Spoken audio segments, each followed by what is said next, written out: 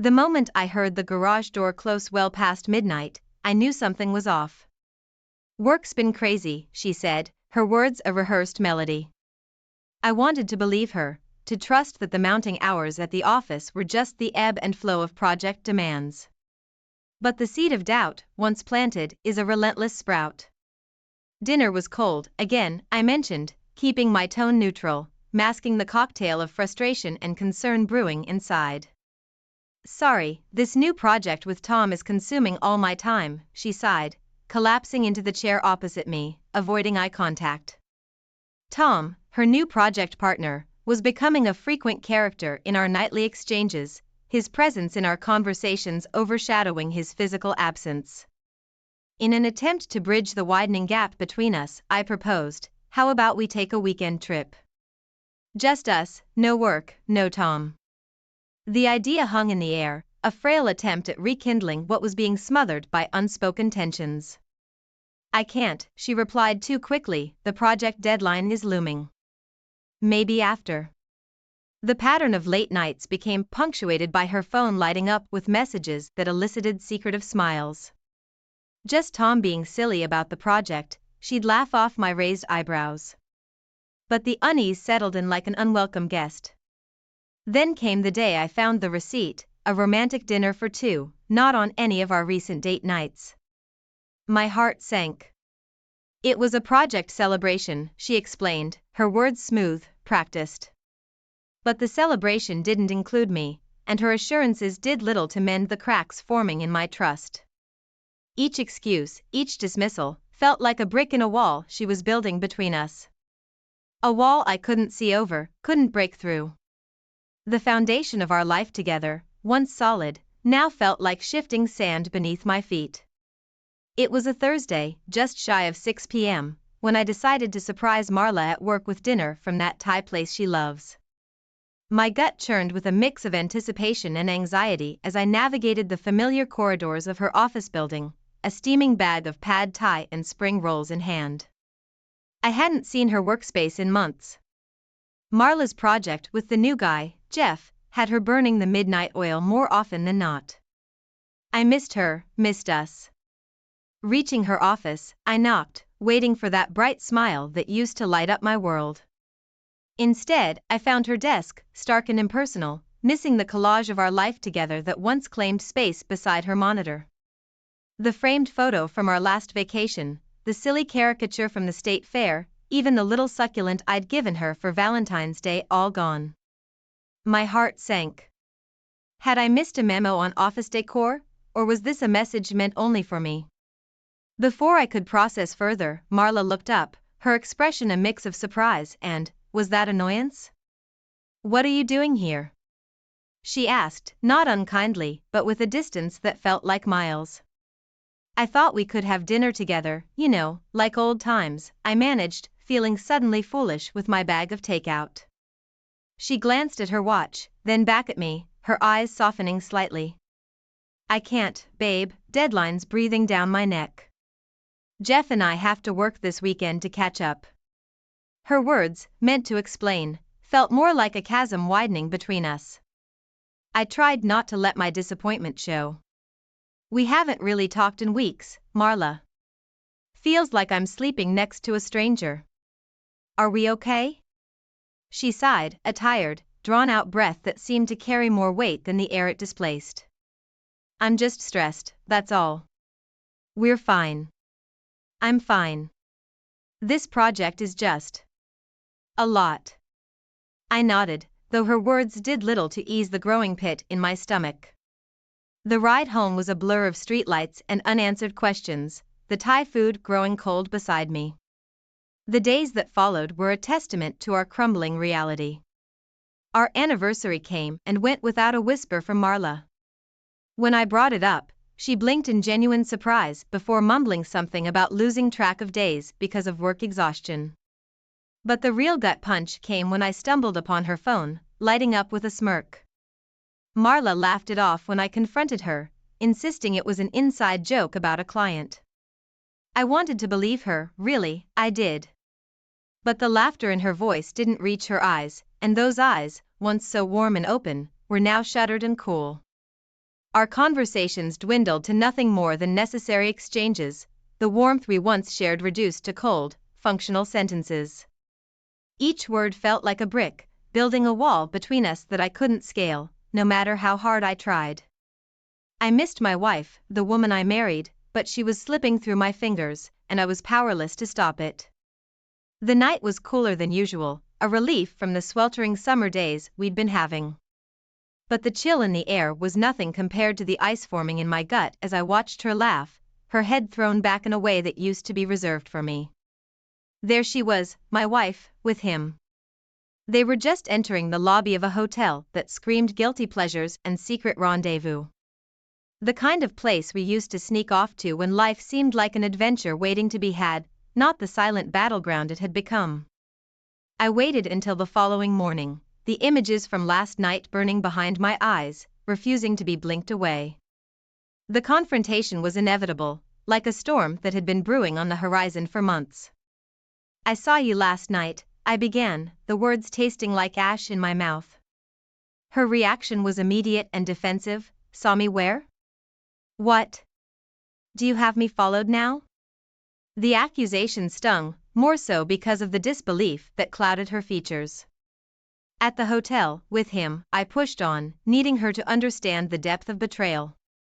Her laugh was sharp, cutting. You're being ridiculous, why would you even think? She didn't finish, but the implication hung heavily between us. The days that followed were a blur of denial and confrontation. I found a pregnancy test hidden beneath the bathroom trash, an ominous sign of secrets kept and lies told. It's not what you think, she insisted, a rehearsed line that did nothing to soothe the growing chasm between us. It's for a friend, she claimed, but the trust that should have made me believe her was already shattered, ground into dust by doubt and suspicion. Our home, once filled with laughter and warmth, had become a battleground for silent wars and whispered betrayals. The affection she once had for me had cooled into something unrecognizable, leaving behind a shell of the love we used to share. Arguments became our new normal, erupting over trivial things that neither of us would remember the next day. Then, one evening, I overheard her. I miss you, she whispered into the phone, her voice a tender caress meant for someone else. My heart fractured a little more with each word, the undeniable evidence of her affection for him laying waste to any denial she had left. His name became a constant in our conversations, her praise for him a knife twisting with every mention. He's just been so helpful with the project, she'd say, a smile in her voice that hadn't been there when speaking to me in months. An anonymous tip came through, a cowardly text suggesting what I already knew but refused to face. Your wife's affair isn't just rumors, it read, a faceless accuser in a sea of denials. I wanted to dismiss it, to believe in the woman I married, but the foundation of our marriage had crumbled beyond recognition. Then, out of the blue, she suggested we take a break. Maybe some time apart would do us good, she said, her eyes avoiding mine. The suggestion hung between us, a final admission of the distance that had grown too vast to bridge. Each day, the woman I shared my life with became more of a stranger, her heart and affections promised to another. The realization was a slow poison, eroding the remnants of trust and love I clung to. In the end, it wasn't just about discovering the affair. It was about witnessing the slow, painful death of a marriage I thought was built to last. The moment I hung up the phone with my buddy, a sense of foreboding settled in, heavy like a blanket of fog. He had said, "Man, just keep your eyes open. You need more than a gut feeling before you confront her." Easy for him to say. Not living in a house where every laugh from her phone felt like a punch to the gut. It didn't take long for things to escalate. She started coming home late, her explanations vague and her patience thin whenever I asked where she'd been. Just out with friends, she'd say, her voice laced with annoyance as if my concern was the real inconvenience. Then I stumbled upon it, a hidden social media account, a secret window into a life I was no longer a part of. There she was, in photo after photo, cozying up to him, her coworker, with captions that didn't leave much to the imagination. My heart didn't just sink, it plummeted. Confrontation was inevitable. What is this? I demanded, holding up my phone to her face, her secret life displayed in bright pixels. But she was unyielding, anger flaring in her eyes. "You're paranoid," she shot back, turning the blame around on me as if I was the one tearing us apart. It wasn't long before I found more hotel bookings and plane tickets for two. When confronted, she spun a tale of surprises and future plans, but refused to let me see any more details. "You just have to trust me," she insisted, a plea that felt more like a slap, considering the circumstances.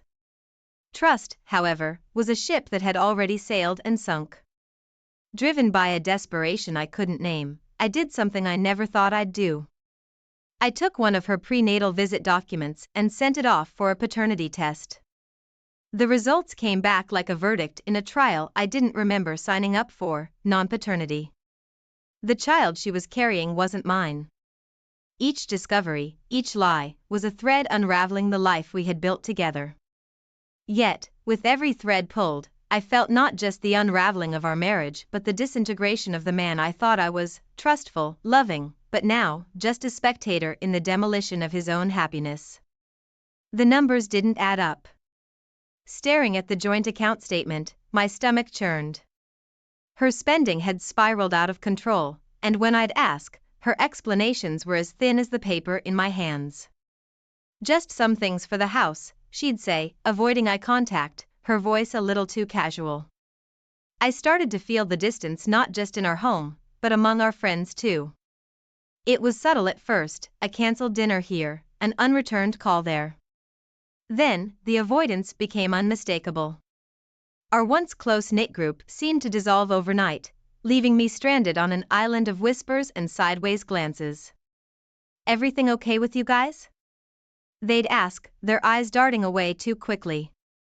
Something was amiss, and it was clear they knew more than they let on. The betrayal hit a new low the day she slipped up, calling me by his name. "Can you pass the salt, David?" There was no David in our lives, except for him, her coworker. The silence that followed was deafening, a gaping void where our relationship used to be. Her apology was mumbled, insincere, a band-aid over a wound too deep to heal. I needed the truth, no matter how much it would hurt. So, I planned a fake business trip, a ruse to catch her in the act. The pain of booking that hotel room just a few blocks from our home, knowing I'd use it as a stakeout to watch my own wife, was indescribable. And there it was, the undeniable proof I'd dreaded but expected. From the shadows of my rented anonymity, I watched them together, laughing, touching, a display of affection so public, so carefree, it was as if our vows meant nothing. The image of them together seared into my memory, a brand marking the end of what we had. I confronted her the moment I returned, the evidence laid bare. Her confession came amidst a storm of tears and blame. "Yes, there's someone else, but you were never there for me emotionally," she cried, as if her betrayal was somehow my doing. Her words were daggers, each one aimed with precision at my heart, turning the blame on me, making her infidelity seem like a desperate act of someone seeking solace. That night, the truth of our crumbling marriage lay exposed, raw and bleeding. Her affair, now out in the open, shifted something fundamental between us. What hurt wasn't just the infidelity, but the realization that our love, once unbreakable, had been reduced to ashes, with her blaming me for the fire. The night air felt heavy, laden with the kind of silence that precedes a storm. We sat across from each other, two strangers tethered by years of shared history, now unraveling. Her next words shattered the silence like glass. "I'm pregnant," she said, her voice a whisper of the woman I used to know. The weight of her admission sank deep, anchoring itself to my very soul. "It was a mistake," she added, her eyes pleading for understanding I wasn't sure I had left to give. The revelation sent ripples through the fragile remains of our marriage. The coworker, the man who'd become an unwanted cornerstone of our lives, suddenly vanished into thin air, transferring to another city as if distance could erase his part in this tragedy. His denial of paternity was the final betrayal, leaving her alone in the mess we both found ourselves drowning in. In the wake of the chaos, she reached out, her proposal hanging between us like a lifeline she hoped I'd grasp. Let's raise the child together, she suggested, a desperate bid for reconciliation. But the chasm her deceit had carved was too wide, too deep to cross. My refusal to entertain the thought marked the beginning of the end. Divorce proceedings were initiated, a formal acknowledgement of the irreparable fracture between us. Her reaction was swift, a transformation fueled by fear and desperation. She became hostile, her words sharp and merciless, threatening financial ruin if I pursued the divorce. The battle lines were drawn not just in court, but in the court of public opinion among our friends and family. Allegiances shifted, sides were taken, and the personal became painfully public. The scandal of her relationship with the coworker, now amplified by the pregnancy and our crumbling marriage, played out for all to see. The facade they had built crumbled, leaving behind a trail of destruction that spared no one, least of all her.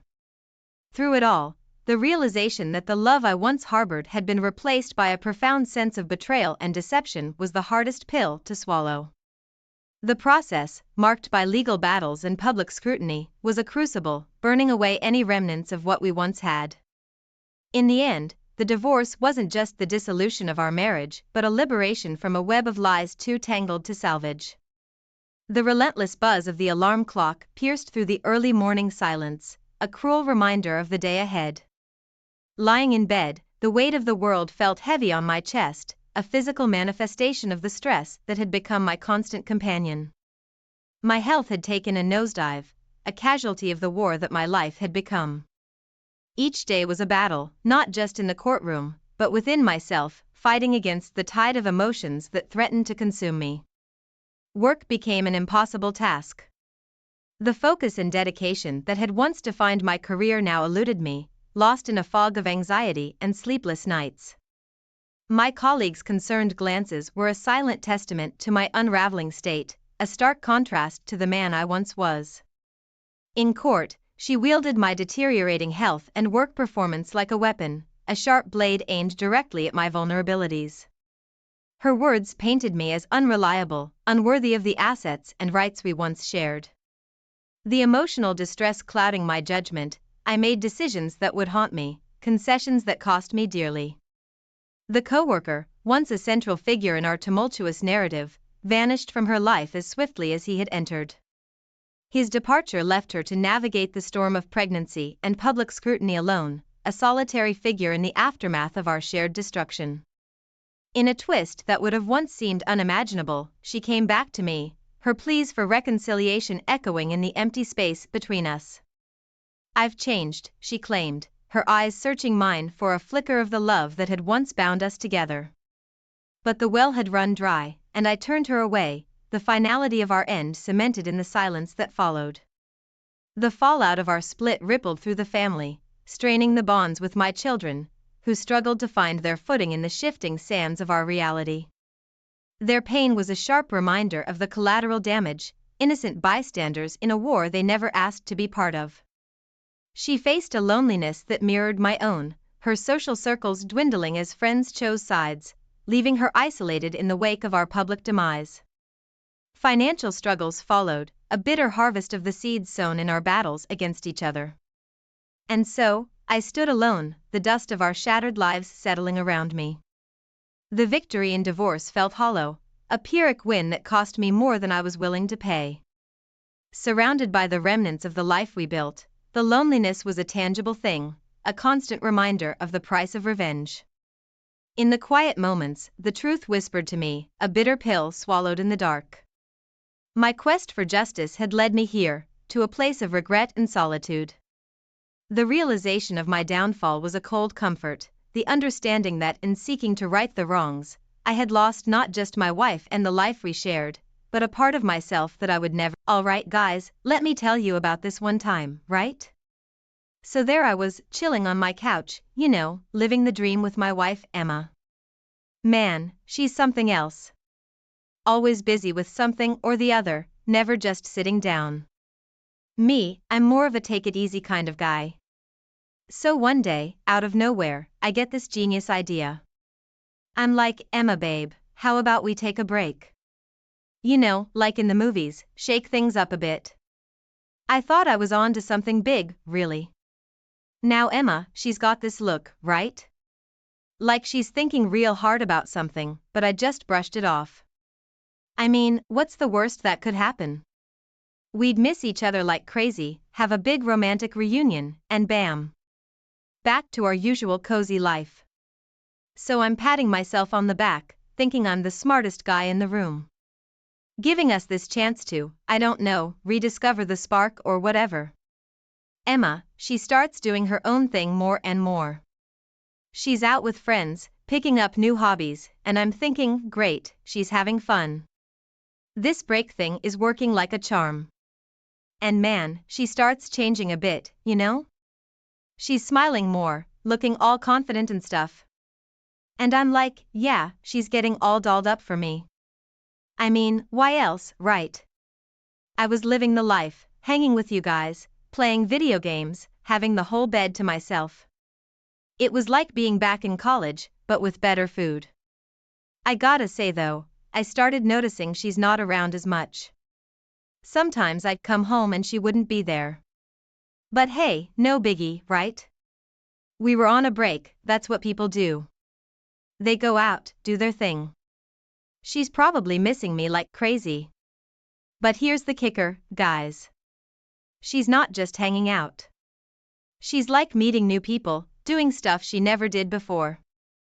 And I'm thinking, cool, cool, she's just expanding her circle, you know, for us. I didn't see it as anything more. I mean, it's Emma, right? We're solid. So there I am, Mr. Cool Guy, thinking I've nailed this marriage thing by suggesting a break. Little did I know, Emma's out there, not just having a blast, but actually changing. And I'm just here, clueless as ever, thinking it's all part of the plan. Man, was I in for a surprise. Remember how I told you about Emma and our little break? Man, things started getting interesting. So she's suddenly all into these new hobbies and stuff. Like one day she's into painting and I'm like, since when do you paint? And she's just smiling, doing her thing. I'm thinking it's cute, you know, like a little phase or something. Then get this, she starts going to these fitness classes and I'm like, hey, good for you, getting all fit and healthy. For me, right? I mean, I didn't join her or anything. Why would I?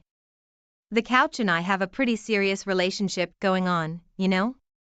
And it's not just that. She's reading these books, all kinds of deep philosophical stuff.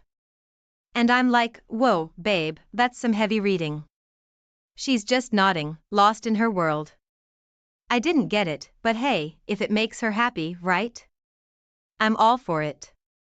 I'm still the chill guy, letting her do her thing. Thinking she's just finding ways to miss me more. Oh, and the cooking, guys. She starts trying out these fancy recipes and I'm not complaining, right? The food's great. But she's not just cooking for me. She's inviting friends over, hosting dinner parties. And I'm there thinking, look at my wife being all social and stuff. Thanks to my brilliant idea of a break. But here's the funny part. She's not just happier. She's like glowing.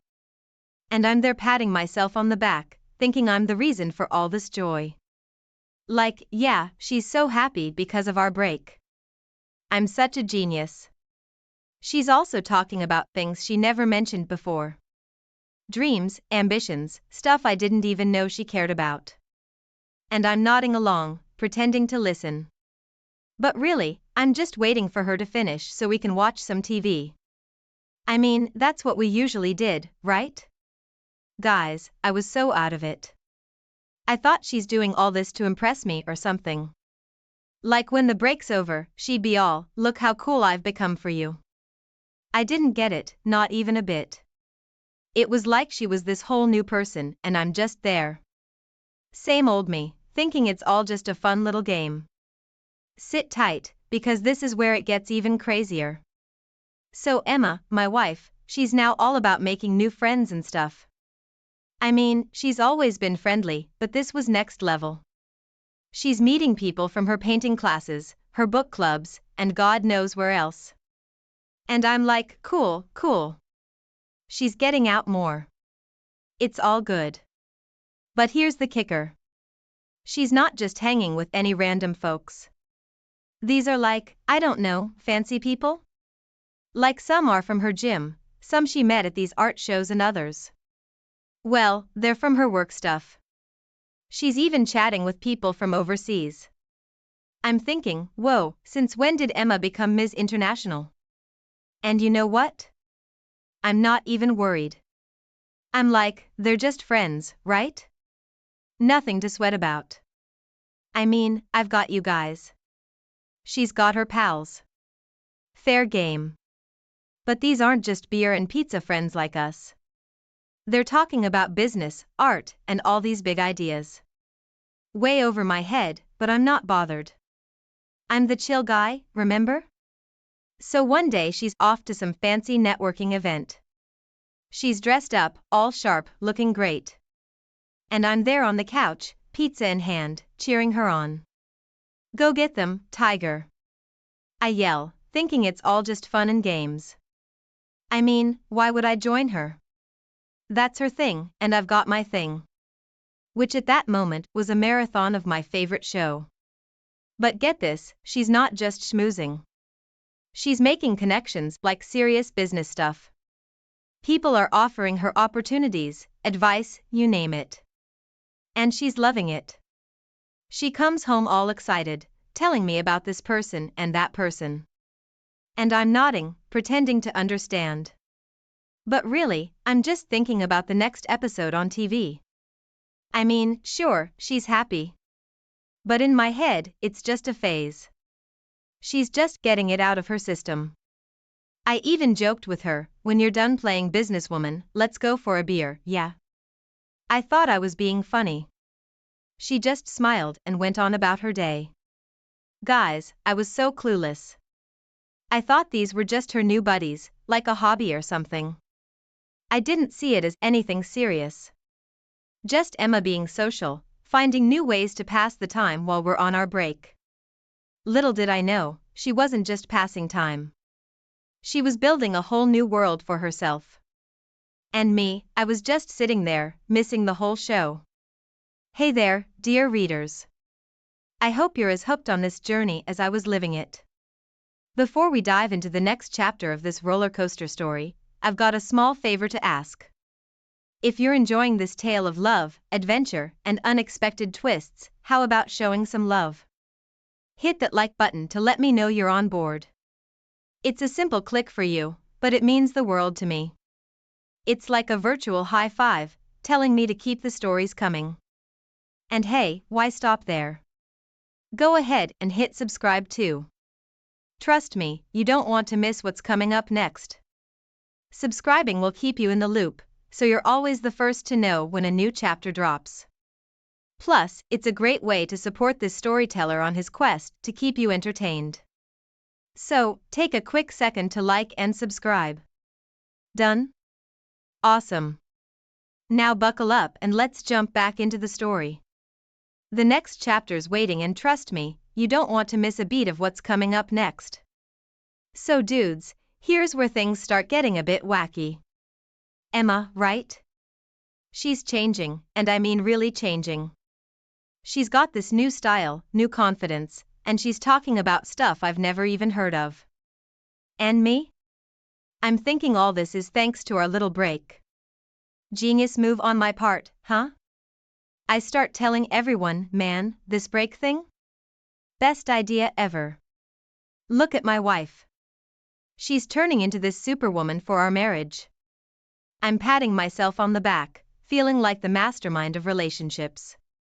I'm seeing her happy, looking good, and I'm like, yep, she's doing all this for me, for us. But here's the funny part. I'm missing the point, like, completely. She's not just dressing up or picking up hobbies. She's becoming her own person. And me? I'm still the same guy, glued to my couch, thinking I've hit the jackpot. She starts talking about her plans, right? And they're big plans. Travel, career moves, stuff like that. And I'm there, nodding along, laughing it off. Yeah, sure, after our break, we can talk about all this travel and career jazz. I'm thinking she's just dreaming out loud, you know? And her friends, they're not just friends anymore. They're like her support crew.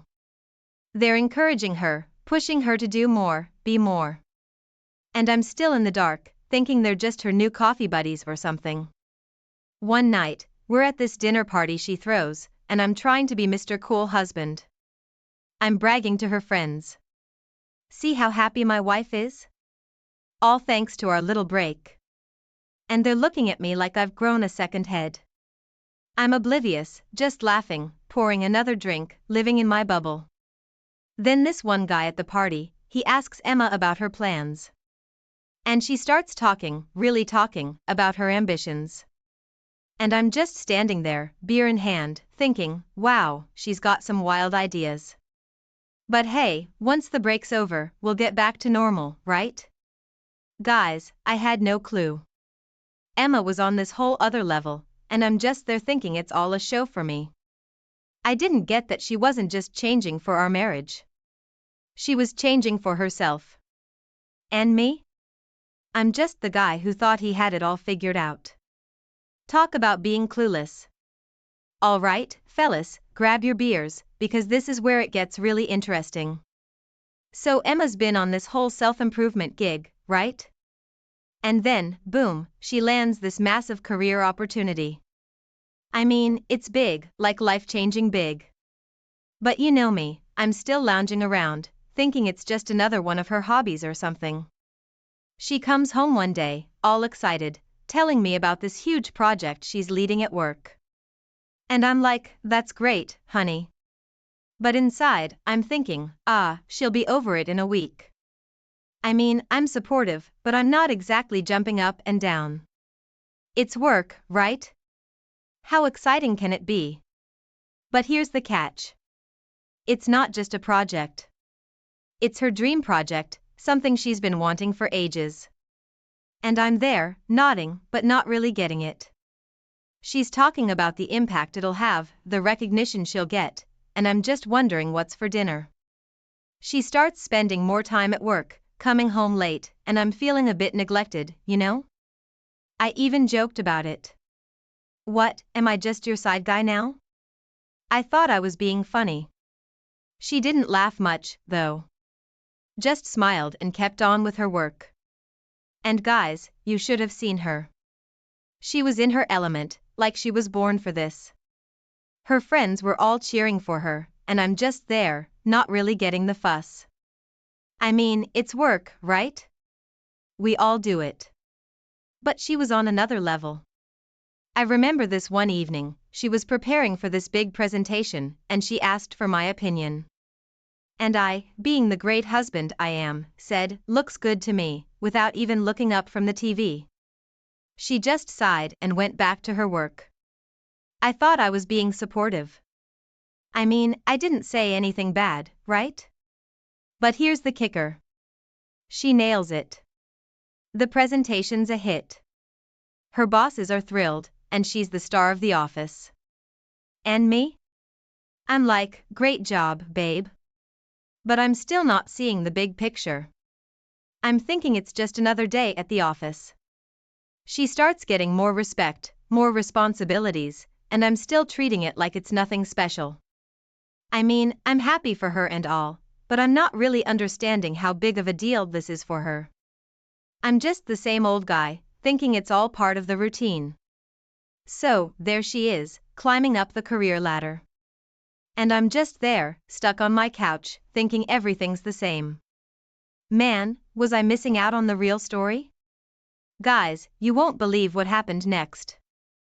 So, Emma's off doing her big shot career thing, and I'm still Mr. Couch Potato, right? But then, stuff starts falling apart. Literally, the things Emma used to handle, man. I never knew how much she did. First, it's the laundry. I'm looking for clean socks, and there's none. I'm thinking, where does Emma keep them? Then it hits me. She's always done the laundry. I try doing it myself, and end up turning all my white shirts pink. Classic, right? And cooking? Forget about it. I thought I could whip up something. How hard could it be? Well, let's just say the fire department and I are on a first-name basis now. Emma used to cook these amazing meals, and here I am, struggling to boil water without causing a disaster. Then there's the bills and the budgeting. Man, I never knew how much stuff costs. Emma always took care of that. I start getting these reminders and late notices, and I'm like, what sorcery is this? I had no idea how much she managed. And the house, guys. It turns into a disaster zone. I never realized how much she did to keep it all running smooth. I find myself missing her. Well, missing the things she did, really. It's like my comfy life is falling apart without her. I start seeing how much I relied on her, but in a totally selfish way, you know? I'm not missing her for her. I'm missing what she did for me. It's a wake-up call, but not the good kind. I'm realizing her value, but only because I'm inconvenienced. So I'm trying to get her back, not because I love her. I mean, I do, but not in the way I should. It's more like, come back and fix my life. I'm calling her, trying to be all sweet, but really, I'm just wanting her to come back and take over again. She's patient, listening to me whine about my laundry disasters and cooking fiascos. And she's giving me advice. Can you believe it? After all that, she's still helping me. But I'm not getting it. I'm still thinking it's all about me. How hard my life's become without her doing everything. I'm missing the point entirely. It's not about the chores or the bills. It's about her. What she needs and wants. But I'm too caught up in my own mess to see that. I'm just thinking, man, life was so much easier with Emma around. It's a real wake-up call, but I'm still hitting the snooze button, you know? I'm not seeing the big picture. I'm just feeling sorry for myself. Missing the easy life I had when she was around to take care of everything. Here's where I start panicking, right? I'm thinking, man, I might actually lose Emma. So what do? I go into full-on Prince Charming mode, but like, the discount version. I'm thinking all these grand gestures will win her back. Spoiler alert, they don't. First up, flowers. But not just any flowers. The cheapest ones I can find. I'm thinking, flowers are flowers, right? Wrong. I show up at her office with this sad bouquet, all proud of myself. She just looks at them like, really, dude? I miss the mark big time. Then I try cooking dinner. Remember the fire department story? Yeah, so I'm thinking I've improved. Spoiler, I haven't. I invite her over, and it's a disaster. Burnt food, smoke alarms, the whole 9 yards. She's trying not to laugh, but I can see it. I'm like, hey, at least I tried, right? Wrong again. And get this, I even try writing her poetry. Me, the guy who thinks Shakespeare is a type of spear. It's all cheesy lines and cringy rhymes. I read it to her over the phone, and there's this silence. She's probably wondering if I hit my head or something. I'm pulling out all the stops, thinking I'm being this romantic hero. In my head, it's like a movie scene where the guy wins the girl back with his charm and wit. In reality, it's more like a comedy skit where the guy keeps tripping over his own feet. I even try serenading her. Yep, you heard that right. I grab my old guitar, and mind you, I can barely play. I'm outside her window, strumming and crooning like some lovesick teenager. Neighbors are watching, dogs are howling, and Emma's just there. Hand over her mouth, trying not to burst out laughing. I'm thinking these grand gestures will show her how much I care. But it's all surface stuff, you know? I'm not dealing with the real issues like how I never really listened to her or supported her dreams. I'm just putting on a show, hoping it'll fix everything. She's patient, though. She's not laughing in my face or anything. She's just watching me make a fool of myself. Probably wondering what on earth I'm trying to do. I thought I was being this big romantic, but really, I was just clueless trying to put a band-aid on a broken leg. So there I am, Mr. Desperate, doing everything I can think of to win her back. But it's all wrong. It's like I'm trying to win a prize, not understand and reconnect with my wife. Man, I was way off the mark. So here's the big moment, the grand revelation. Emma sits me down for a chat, right? And I'm thinking, this is it, she's gonna say she misses me. Oh, how wrong I was. She starts talking about her life, her new experiences, and how she's found happiness.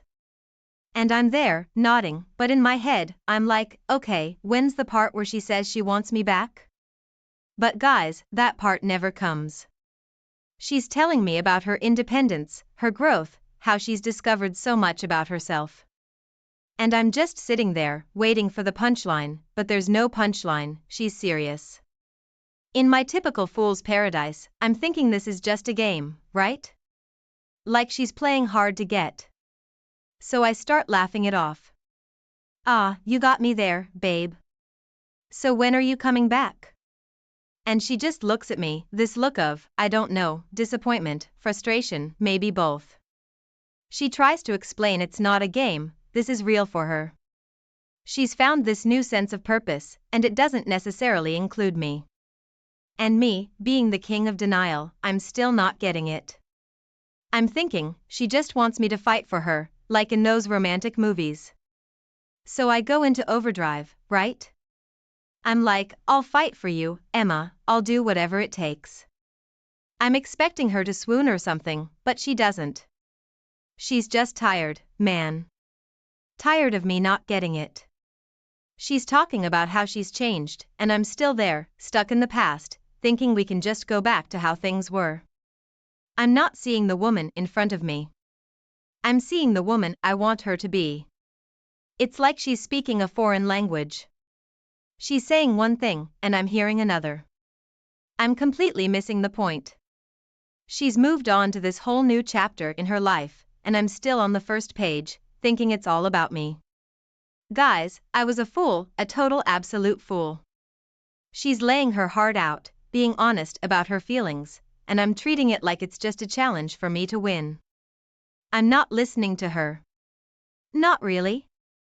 I'm just hearing what I want to hear. She finishes talking, and I'm just sitting there, thinking, okay, any minute now, she'll laugh and say she's kidding. But she doesn't. She just gets up and leaves, and I'm left there, wondering what the hell just happened. I thought I was being the hero of the story, but turns out I was the clueless sidekick all along. This is where it all hits the fan. So there's Emma, right? She gets caught up in this crazy situation. Some mix-up at work.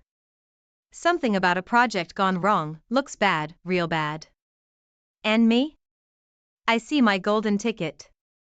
I'm thinking, this is my chance to swoop in, be her hero. I'm plotting this grand rescue, like I'm gonna save her and win her back. I'm all geared up, ready to play the knight in shining armor. I mean, what could go wrong, right? Everything. Everything could go wrong. So I barge in, all full of myself, trying to fix things. I'm talking to her bosses, making a bigger mess, spouting nonsense. I thought I was helping, but I was just pouring gasoline on the fire. She's looking at me like I've lost my mind. And maybe I had. I'm making these grand speeches, defending her, but it's all about me. My ego. I'm not even listening to her, not understanding the real issue. I'm just there, making a spectacle of myself, thinking I'm doing the right thing. But here's where it all backfires. My help just makes things worse. Her bosses are furious, not just with her now, but with me too. And Emma, she's mortified. I thought I was her savior, but I was her nightmare. She tries to explain, to clear the air, but I'm not having it. I'm on my high horse, thinking I'm saving the day. I'm arguing, causing a scene, and she's just getting more and more upset. It dawns on me, too late, that I'm not helping. I'm ruining everything. And then the final blow. She tells me it's over, for real this time. No more chances, no more breaks. I've crossed a line I didn't even see. I'm standing there like a deer in headlights, thinking, what just happened? I lost her, guys. Not because of the mix-up at her work, but because of me, my idiocy, my ego. I tried to play the hero, and I ended up the villain. I thought I was winning her back, but I was pushing her away for good. In the end, I was left with nothing. No wife, no respect, just a whole lot of regret. I thought I had it all figured out, but I was just a fool, living in my own little world. And when that world came crashing down, I had no one to blame but myself. So there you have it, guys. The story of how I had everything and lost it all. Not because of fate or bad luck, but because of my own foolishness. A hard lesson learned, but man, did I learn it the moment I clicked play on the CCTV footage, my life flipped from mundane to a full-blown crisis. I installed those cameras because of the break-ins down the street, never imagining they'd unveil a break-in of a different kind, a betrayal. Julia had been working late a lot, or so she said. Community events, extra shifts at the library, her reasons were endless. I believed her. Why wouldn't I? But, then, her phone started acting like a top-secret document, always on silent, always just out of reach. That nagging doubt started to eat at me, whispering louder each day, something's off. That evening, the alert pinged on my phone. Motion detected in your living room. Expecting to see a stray cat we'd been feeding, what I saw instead gutted me. There was Julia, my Julia, laughing and leaning into a kiss with someone who definitely wasn't me. His name, I'd later learn, was Thomas. The scene, seared into my memory, replayed on multiple nights' footage. I felt like I was suffocating, my heart squeezed by a vice of betrayal. But I needed undeniable proof, something concrete.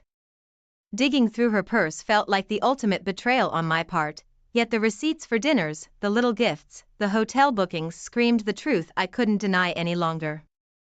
The confrontation was inevitable. Julia, we need to talk, I said, my voice a mix of rage and heartbreak as I confronted her with the evidence. The woman I loved, the woman I trusted, crumbled before me, tears streaming down her face. I'm so sorry, Mike. It was a mistake, it meant nothing, I swear. Her pleas for forgiveness, her admissions of a mistake, they clashed with the cold, hard evidence of her betrayal. My world, once secure and predictable, had shattered into a million pieces, each reflecting the lie my life had become. The lock clicked into place with a finality that echoed the shattering of my trust. I'd just kicked Julia out, the woman I pledged my life to, because she decided ours wasn't enough. Standing in the doorway, watching her plead through tears, I felt a mix of anger and heartbreak. Please, Mike, we can fix this, she sobbed, but her betrayal was a chasm too wide to bridge. There's nothing left to fix, Julia, I said, closing the door on us, on everything we'd built. Driven by a fury I couldn't quench. I did something I never thought I'd do. I sent the CCTV footage to Thomas's wife. If my world was going to fall apart, I wasn't going down alone. The fallout was immediate and explosive. Thomas confronted me the next day, his face a mask of rage. You've ruined my life, he bellowed, shoving me hard against my car in the company parking lot. My coworkers' eyes were on us, a mixture of shock and curiosity painting their faces. It didn't take long for fists to fly, for the accumulated pain and betrayal to manifest into physical blows. We were a tangle of rage and desperation, fighting for all we'd lost, until the wail of police sirens broke through the haze. Handcuffed and humiliated, we were carted off for public disturbance, a new low in my rapidly unraveling life. The news spread like wildfire, a juicy scandal for our small community to feast on. Did you hear about Mike and Julia? Became the whisper on everyone's lips, a stain on our reputations we'd never wash off. Julia, caught in the crossfire of our private war, lost her job at the library. The place she loved, her refuge from the chaos of our failing marriage, gone because of the scandal. Sitting in that cold, sterile police station, it hit me, my quest for revenge hadn't just hurt Julia and Thomas, it had obliterated the remnants of the life I once knew. The cost of my anger was higher than I'd ever imagined, leaving me to wonder if any of it was worth it. The world seemed to shrink around me, my life condensing into a single, burning focus. Revenge. It consumed me, gnawing at the edges of my sanity, pushing away the friends who tried to pull me back from the brink. "Mike, this isn't you," they'd say, but they didn't understand. The betrayal wasn't theirs to forgive. Julia, meanwhile, found refuge with a friend willing to overlook her transgressions. I knew because I couldn't help myself. I tracked her, watched her, desperate for some sign of remorse, some indication that she felt even a fraction of the pain she'd inflicted on me. But life, it seemed, moved on for her. She even landed a job at a bookstore, a fresh start I begrudgingly acknowledged she was entitled to. Work became an afterthought, my performance slipping through my fingers like sand. The warning from my boss jolted me, a stark reminder of the real-world consequences of my vendetta. "Shape up, Mike, or you're out." His words echoed in my head, a lifeline I wasn't sure I wanted to grasp. In the midst of my self-imposed exile, a mutual friend, playing the peacemaker, suggested counseling. "It could help you both," she urged, her optimism a stark contrast to my bitterness. But the thought of sitting across from Julia, discussing our feelings as if they could mend what was broken, was unbearable. I refused. Then came the letter, Julia's handwriting unmistakable on the envelope. I didn't need to open it to know its contents: apologies, pleas for understanding, maybe even the offer of friendship. It didn't matter, into the fire it went, the flames consuming her words, her apologies turning to ash. When word reached me that Julia was seeing someone new, it was as if the final piece of my resolve snapped. The injustice of it, her ability to simply move on and find happiness while I was stuck in this endless loop of anger and retribution, was maddening. My friends' warnings, my boss's threats, even Julia's attempts at reconciliation, all faded into the background, overshadowed by a resurgence of bitterness and a renewed desire for revenge.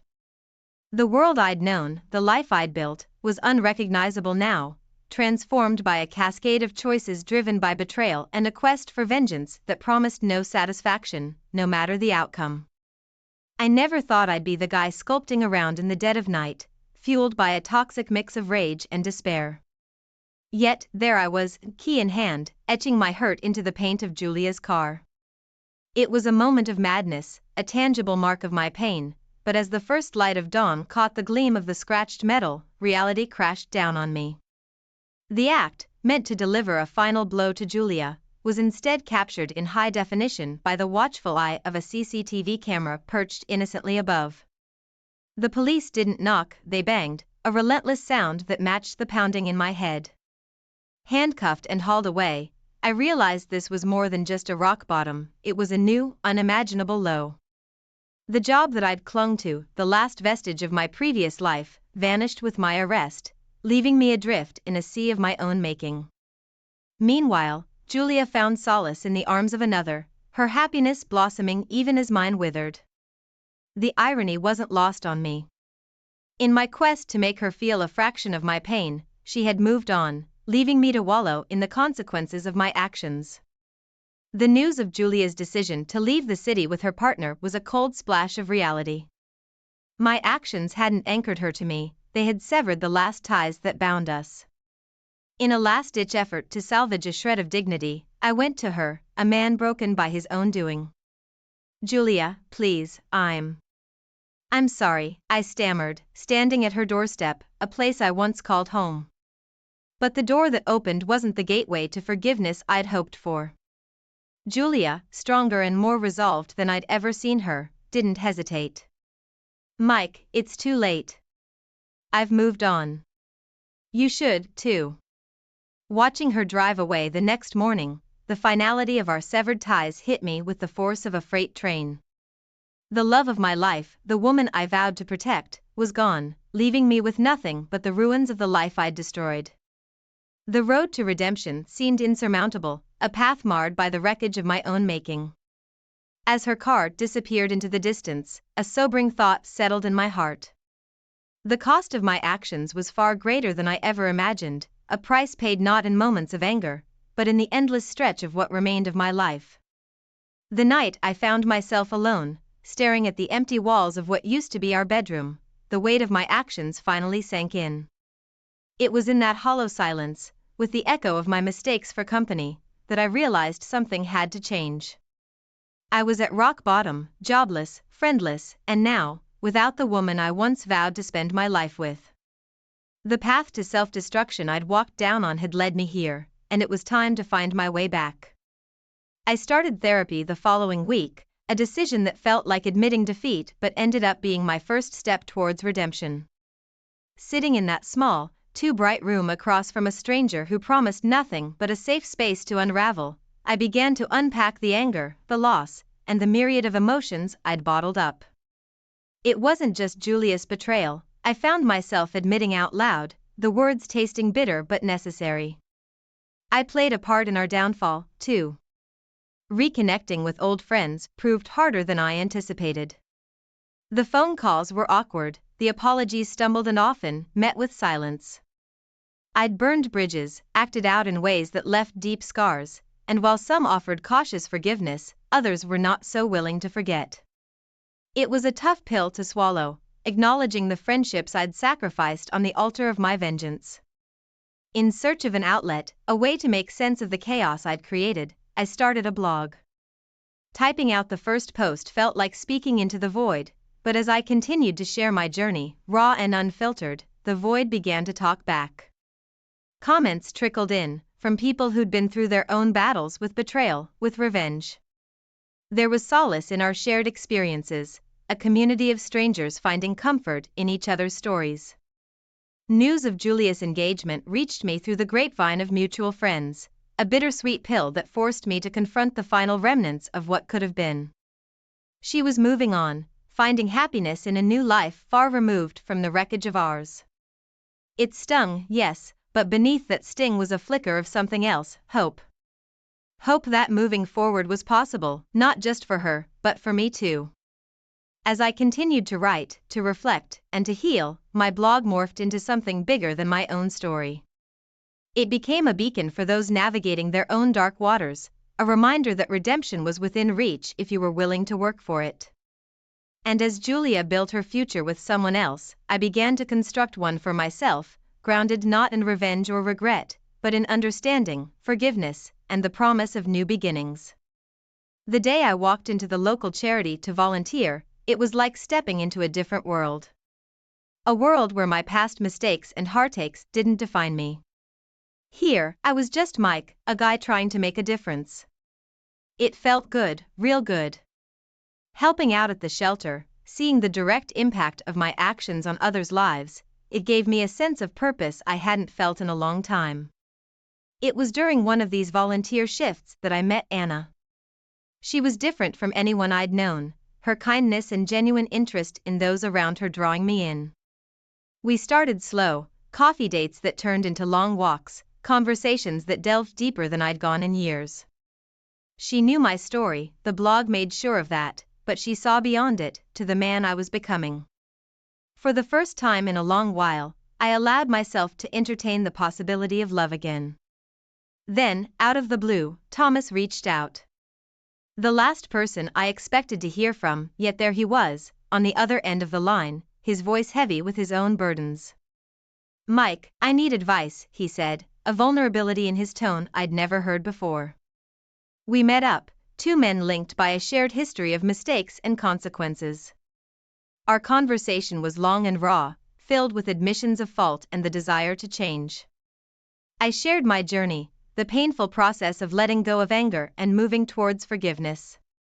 It was cathartic, speaking to someone who understood the depth of the pain caused by betrayal.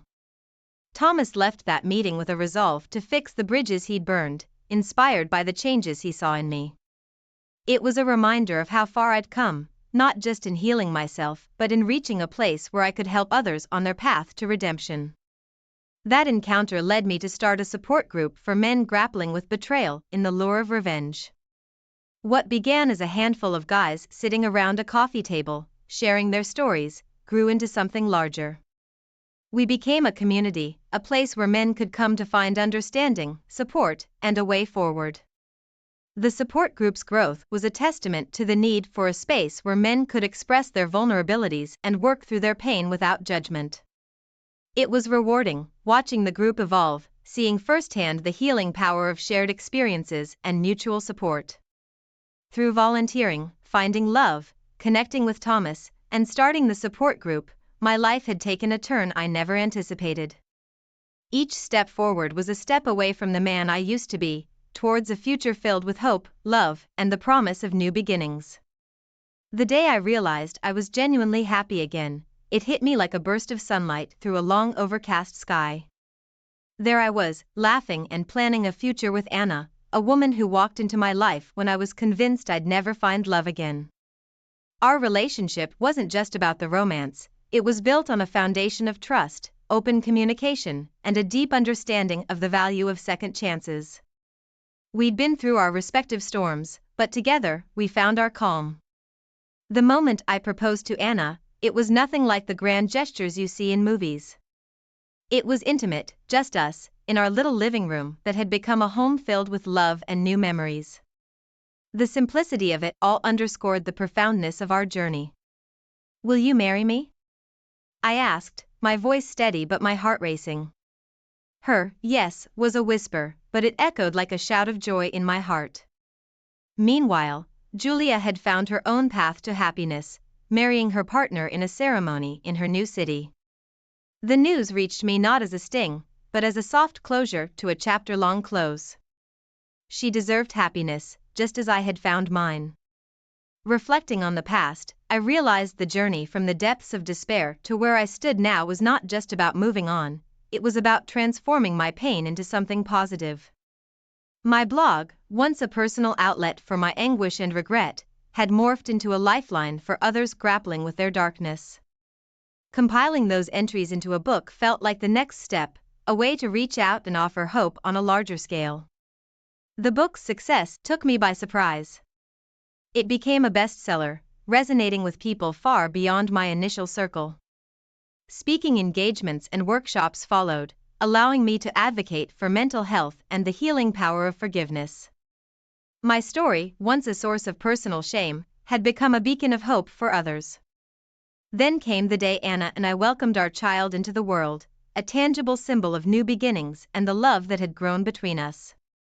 Holding our baby for the first time, I felt the last remnants of my old self slip away, replaced by a man who had learned, grown, and was ready to embrace this new chapter. In the quiet hours of the night, with my family asleep, I penned a letter to Julia. Not to send, but to articulate the final piece of forgiveness and let go of any lingering resentment.